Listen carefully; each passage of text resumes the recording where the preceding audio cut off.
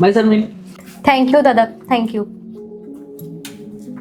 শারমিন, তুমি পিয়ন দাদাকে thank you বললে না কেন?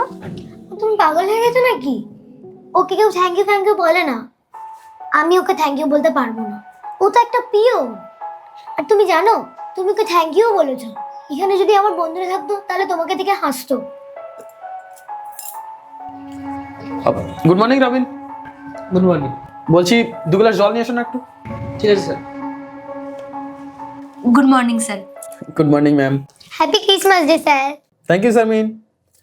শ্রুতি ম্যাম, আপনার মেয়ে না খুবই ব্রিলিয়েন্ট আর খুবই ট্যালেন্টেডও। হ্যাঁ স্যার, থ্যাংক ইউ।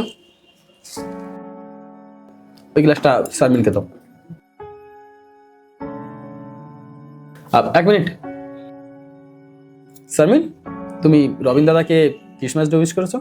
না স্যার, ও তো একটা পিয়ন, ওকে কেন উইশ করব? আচ্ছা, তুমি আমাকে কেন উইশ করলে? স্যার কারণ আপনি আমার টিচার, আপনি আমাকে ম্যাথ শেখান, ভালো ভালো কথা শেখান, সেই জন্য। আচ্ছা, তুমি আমাকে গুড মর্নিং বললে, আমাকে ক্রিসমাস ডে উইশ করলে, কারণ কি? আমি ইউনিফর্ম পরে টিচার, তাই তো? আমি তোমার টিচার সেই কারণে। বাবু, টিচার সেই হয় যে আমাদেরকে কিছু শেখায়, এবার সেটা বই থেকে হোক বা জীবন থেকে।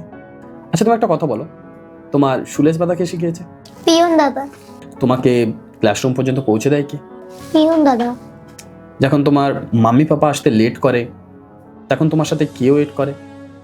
তোমার সাথে কে গল্প করে? আর তোমাকে কে বন্ধুত্বের বিষয় শেখায়? পিয়ন দাদা।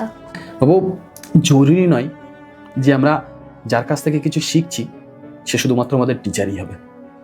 আমরা পৃথিবীর প্রতিটা মানুষের কাছ থেকেই কিছু না কিছু ভালো শিখতে পারি, আর যাদের কাছ থেকে আমরা কিছু শিখতে পারি সেই আমাদের টিচার হয়। আর এরকম প্রত্যেকটা মানুষকে না আমাদের সম্মান করা উচিত। থ্যাংক ইউ পিয়ন দাদা। দাঁড়াও পিয়ন দাদা। Happy Christmas day.